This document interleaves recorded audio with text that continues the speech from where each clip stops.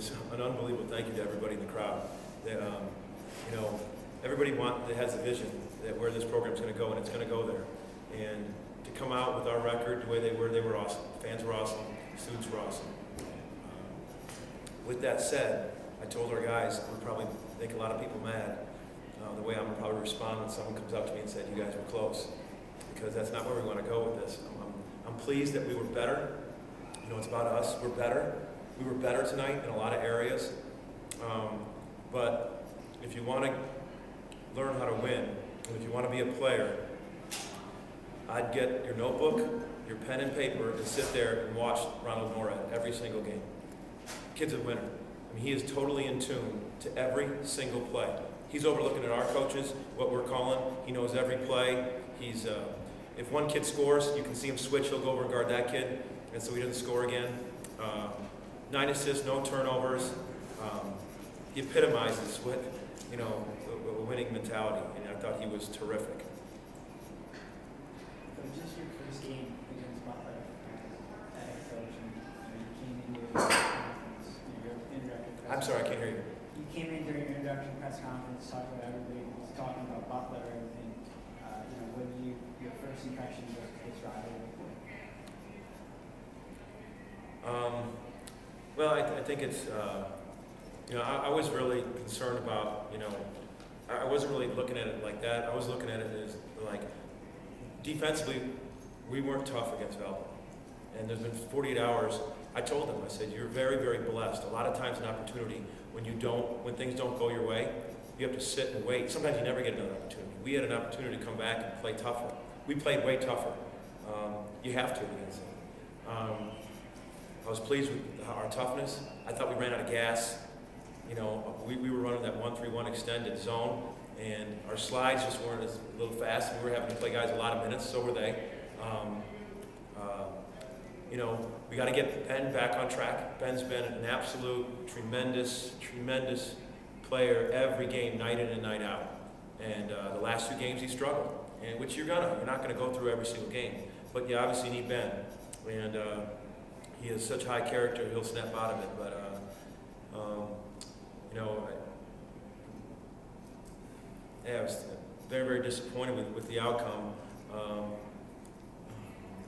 But I got to give them credit. I got to give them credit because I mean their offensive rebounds hurt us. They got some real length in their team. Coach, I know you don't like to talk about being close, but certainly you want to try to consider the potential of your team. How well can they play? Where do you think that is?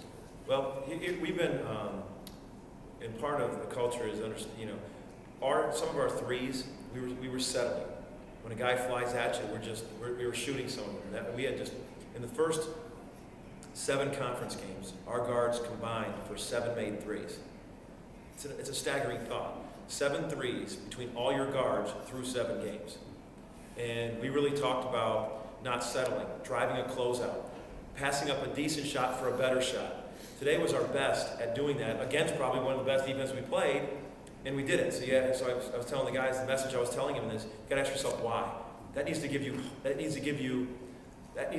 confidence as we go through the second part of the stretch. We shot 7 for 14 from 3, our guards, and they made 7 threes tonight. But you saw the extra pass tonight. We were making 1 or 2. We weren't settling. We were passing them a decent one for a better one. And that's more of the culture that we were trying to stress. They've had a habit of, you know, quick shots, you know, guys are flying at you and not settle. We push the pause button, and guys will be taking threes, 23-foot shots with the hand all up on top of them. And they got to be a better teammate. Maybe that extra pass and passing up a decent one for a great one. I thought that was the best we've done that with our guards, and it makes a difference. I mean, you got to make some shots. We were in this game because we defended better. We made some shots. I thought we executed a lot better with that concept. And you were praising Norred for his, in part, I guess, his court awareness and awareness of situations, right? And that's something you want from your. Yeah, I mean, he's just. I talked to Denzel and I said it to Cully. I just talked to our team and I just stared at Cully the whole time. And Denzel, I said, you want to be a player? He is so in tune to everything. His condition is superior. He's a superior conditioned athlete. His body language is superior. His toughness, his awareness.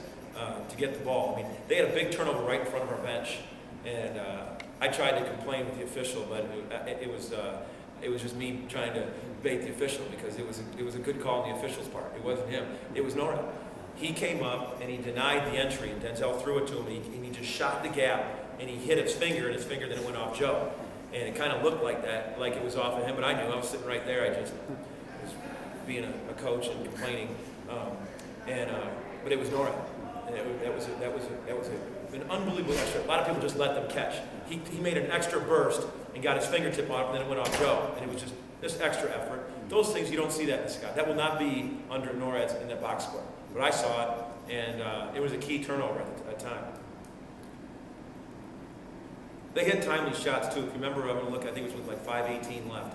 I got to look at it exactly. You'll know because you had the box. But we came down. We missed a wide open three. They went 1-2 passes, and Stegall makes it a three. That was and I called timeout. That was they have the habit of doing that. They just they do a good job of making timely plays, and that's what winning cultures. You just always finding ways, and that's where we got to get this program to. Any other questions? Yeah, you mentioned your toughness and your offensive rebounds being a problem. Also, your interior defense, you only got 2 blocks. How do you address that from the season? We're not a block shot team. I mean, Walt Gibbler, it's nothing against Walt, it's just you got to know who you are. I'd rather have Walt Gibbler take a charge and step up and be a big body through the rim than to try to block a shot. You are who you are. And so I'm not worried that we're not a shot block team. I want to be a great charge taking team. Our toughness was better tonight, and there's a lot of things that go into toughness. One thing in toughness is mental toughness when things don't go your way. There's been so much down things in recent history here that when things don't go your way, there's kind of a what's going to happen. All right, when things don't go their way, they know something's good's going to happen if they keep grinding. Tonight, I thought we did that. I thought we did the best job in a long time when things didn't go our way, just to stay together and keep fighting. And that's a start. That's a start of what you want of a program. Night in and night out. It can't be spikes with that. It's got to be a culture right now. Part of it, Hey, Dan. this motivation is the Butler doesn't want to accomplish the last 2 years. Let's be a great team. Well, the one thing is that they're getting the best crowds wherever they go. So they're having to play in those atmospheres. So you got to give them. They're getting everybody's best atmosphere. But the thing is understanding how to win. There's a lot of ways to win a game, and the kid knows that. A deflection, down the stretch, getting the ball so he's on the foul line. And we were trying not to let him get the ball, and he still got the ball. Went all the way around, cut, and then still got the ball and got fouled and made free throws. There's a million ways to we ran a play that we hadn't run before that we knew we were going to run it tonight, and he sniffed it out, and it wasn't in the box score. He came all the way over to help on it, and then I saw it, and he just kind of sniffed it out. Big play. I mean, as a coach, I look at that kid, and he knows he's a disrupting. I can't say it without getting beeped. Is there a beeper up here?